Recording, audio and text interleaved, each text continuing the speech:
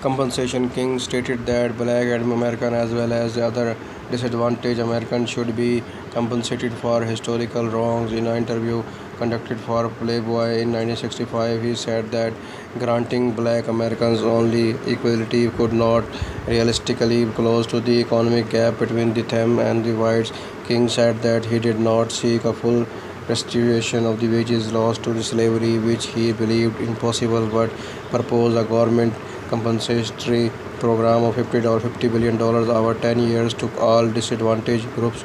He posited that the money spent would be more than amply justified by the benefit that would accrue to the nation through a spectacular decline in the school dropouts, family breakups, crime rates, and illegitimacy, sovereign reliefs, rollers, riots, and the other social evils. He presented this idea as an application of the common laws regarding settlement of unpaid labor, but clarified that felt that the many of the money should not be spent exclusively on blacks. He stated it should benefit the disadvantage of all races.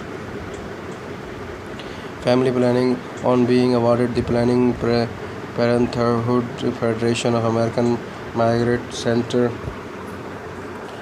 Sager Award on May 5, 1966, King said, recently the press has been filled with the report of the sightening of the flies source. While we need not giving credence to these stories, they allow our imagination to speculate on how visitors from the outer space would judge us. I am afraid they would be certified at our conduct. They would observe that for death planning we spend billions to create engines and strategies for war. They would also observe that we spend millions to prevent death by diseases and other causes.